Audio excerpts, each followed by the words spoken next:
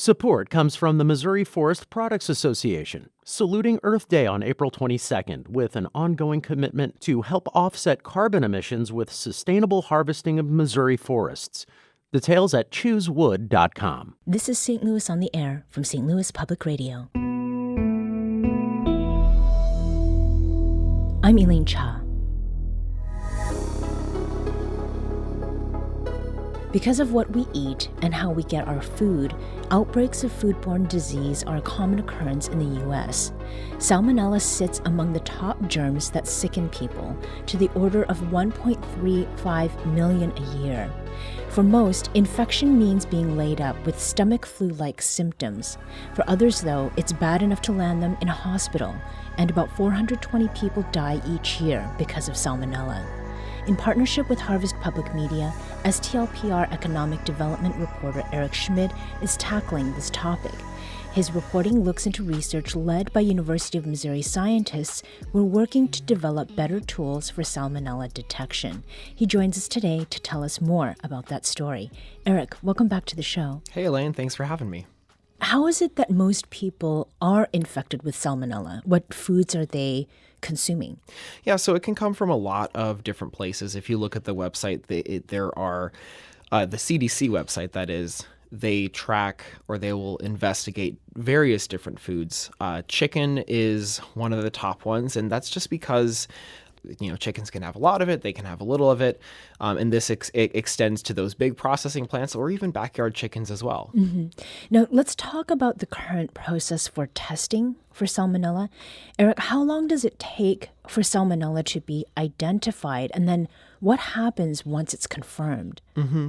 So in the course of this reporting, I spoke to a couple different experts or researchers in this field who say that Salmonella, when it comes to chicken, is tested for at the processor.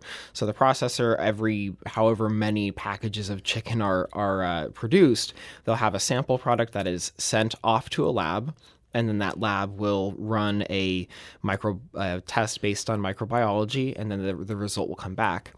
That it takes about a couple days, up to 3 days, for that result to come back. The actual test doesn't take that long, but it takes time to get the sample to the lab, for the lab to get the sample ready for testing, and then for the test to actually occur. And by that time, the chicken at the processor that it could be traced back to has gone on its way to the grocery store, to wherever it would go next, grocery stores, restaurants, food banks, anywhere where packaged chicken could get to. I spoke with this person named Tim Safransky. He is a researcher at Mizzou who is part of this project, and he was able to really explain what this means. And of course, he had the disclaimer of saying, right now it works. This system works. It's not like this system is bad by any stretch of the imagination. It's just that it could be better. At the plant, that's the last time that it's tested. And at that time, it can detect a certain level of pathogen. And if there's none detected, it's assumed safe. If cold chain is maintained, it remains safe. If it's properly cooked afterward, it would remain safe. But there's lots of opportunities along the way where things might not work correctly. They might fall down. And by cold chain, he means that the chicken, once it's packaged up at the processor, it goes onto that truck, and the truck stays cold. And then it gets to the grocery store, and it stays cold at the grocery store. And then you pick it up from the grocery store, and you transport it back to your house, and then it stays cold there. Mm-hmm. So there's a lot of steps in that process where something could just go wrong. I mean, accidents do happen all the time. Mm-hmm. Let's talk about the research and the ways that the research is being conducted. In what ways does that research address the biggest issues around Salmonella detection specifically? Sure. So it's kind of broken down into two components. There are these new sensors that will be able to detect Salmonella within about a 30-minute time period, sometimes faster. So that's one part of it. There is one of the sensors that I was able to see uses lasers and fiber optics to basically look at the molecular construction of a sample. And then one of the researchers, Mohamed Al-Masri, explains what that looks like. It comes back to a screen and there are these peaks on it. And he explains that if there are certain ones that are visible, that means that there is salmonella there. And if there are completely different peaks than there are, then it's not salmonella that you're seeing. Those peaks correspond to a certain molecular component of the cell. Like, for example, the molecules that forming the cell wall, or the DNA and RNA in the sample, or the carbohydrate, or any other thing that is forming the salmonella. Each peak corresponds to something. When we see them, then we can tell if this is salmonella or not. If you don't see them, see different peak, you know that you are not detecting salmonella. And so with that, we're looking at a computer screen in this case, but the idea is to take that whole concept and put it down into a product that is easy to move around, easy to use, and would be able to detect salmonella at many more points. And so that's the second part of this research, which is to say, we know that it's tested at the processor, but what about when it gets to the grocery store, or when it's at the grocery store, or if it gets to like a food bank there? The researchers want to gain more knowledge of where chicken might have some contamination to be able to say, hey, we're seeing in maybe the western part of Missouri that there's a higher probability or likelihood or risk of salmonella. So maybe, grocery stores or people who are interacting with these chicken products, just be a little bit more aware, or, shorten the shelf life, or, maybe not use these products, so that overall us as the consumer, or people who rely on food banks and food pantries, don't wind up sick because of food that they thought was safe. Right.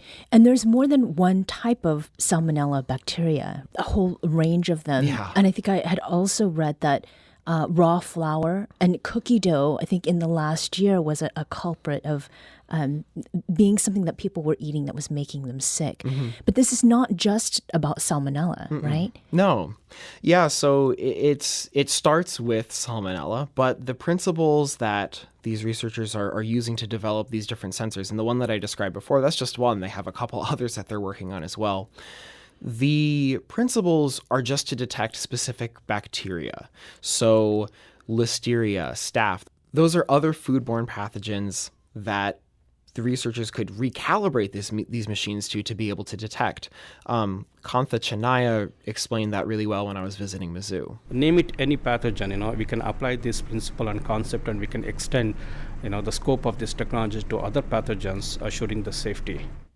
Which is pretty remarkable, and it shows how this is just the very beginning phase of research and technology that could be promising if it comes to fruition in the years to come. And there are a number of researchers from different institutions across the Midwest, right? Tell me a little bit about that.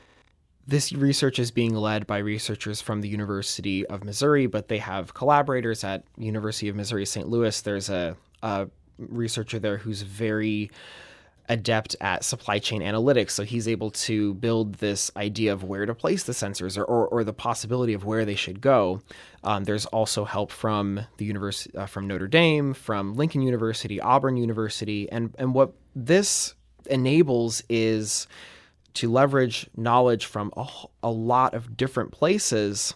And it's one of the goals that the National Science Foundation's Convergence Accelerator, which is what is funding this research, it's what they wanted. They want people to collaborate around so that they can develop not just new ideas, but something that could actually come to the market soon. And that's what these researchers hope to do in the coming years.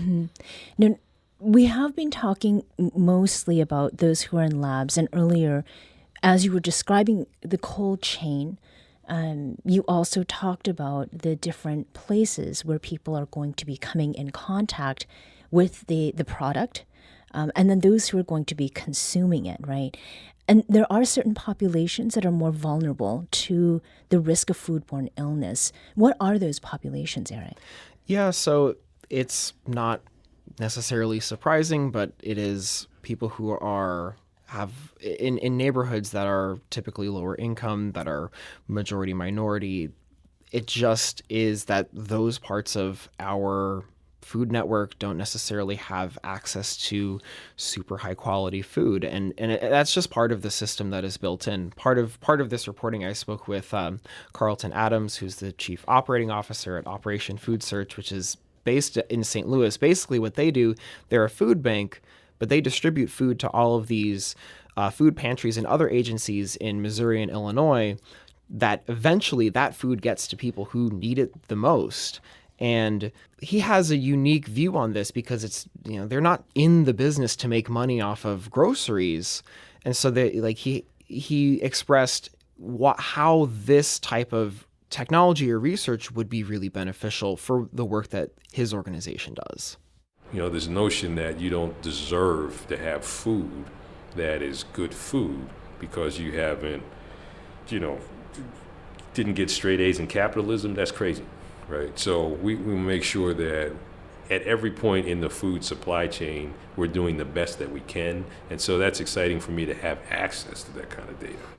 And the thing that he was most excited about is even if the companies that he works with up the food supply chain from him aren't using this technology, if it were available, the fact that he could use it and figure out, or his organization could use it and figure out, okay, this food is coming in and it has a higher load of Salmonella or some other bacteria, then they have a better sense of the food that is flowing through their organization. They can work with the partners that they get food from to understand maybe this chicken or this meat is not the type of thing that we should be accepting, or that they can have better storage practices, or if there's, an accident, say the power goes out, if that happens now, all of the food that has to stay cold is thrown away immediately. Right. And this might give an opportunity to save some of that food if they know it's not contaminated. Mm-hmm. And that's what he said.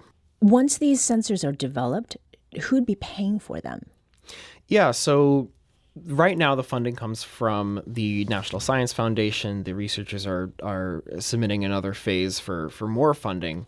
But part of how the NSF wants this program to develop is to actually have commercially viable products. So it would be companies like chicken processors would eventually pay for a product. And on the side of the analytics side of it's a like a cloud-based software program that is, helps make decisions or support decisions. So that would be something like a subscription model. So like the companies that process chicken, distribute chicken, may come into contact with it at any point, they could be the potential customers that would pay for this product should it be commercially viable and able to be produced at a large scale. And how far away are we from that? At least of multiple years.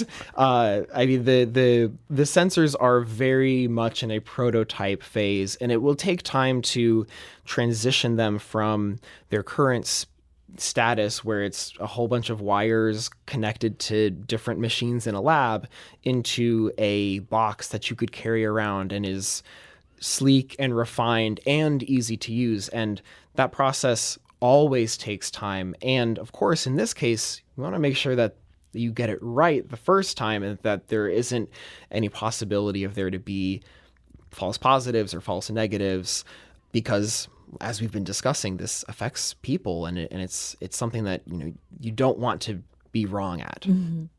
And this last question here is about other reporting that you've been doing.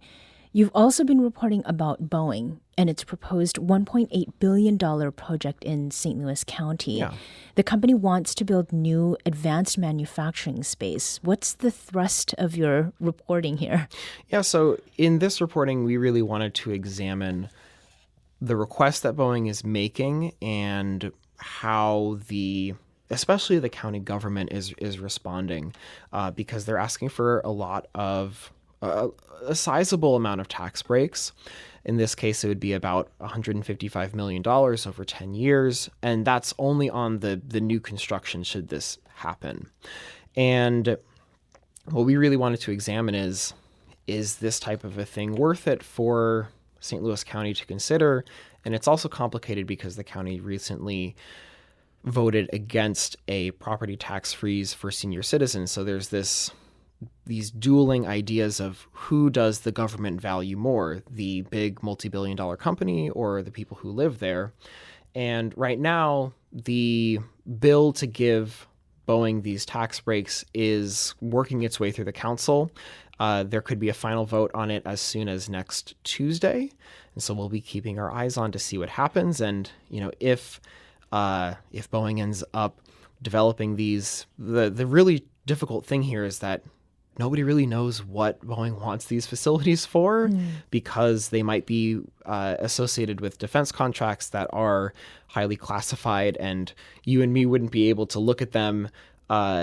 Really, you would need like a special clearance to be able to understand and look at what their what these contracts even are. Eric Schmid is STLPR's economic development reporter. His reporting on Boeing, as well as new Salmonella sensors shaking up the chicken supply, are available at stlpr.org. The latter story was produced in partnership with Harvest Public Media. Eric, thanks so much for coming in today. Thanks for having me. It's been a great time. This episode was produced by Elaine Cha, with audio engineering by Aaron Dorr. Our executive producer is Alex Hoyer. St. Louis on the Air is a production of St. Louis Public Radio. Understanding starts here. St. Louis on the Air proudly supports local artists by using music from Life Creative Group. Do you find yourself regularly listening to episodes of St. Louis on the Air? Suggest us to a friend you think might enjoy our conversations, and leave us a review and rating on Apple Podcasts on the App Store. It's the simplest way to help people discover our show. Thank you. St. Louis Public Radio is a member-supported service of the University of Missouri St. Louis. Support comes from the Missouri Forest Products Association, saluting Earth Day on April 22nd with an ongoing commitment to help offset carbon emissions with sustainable harvesting of Missouri forests. Details at choosewood.com.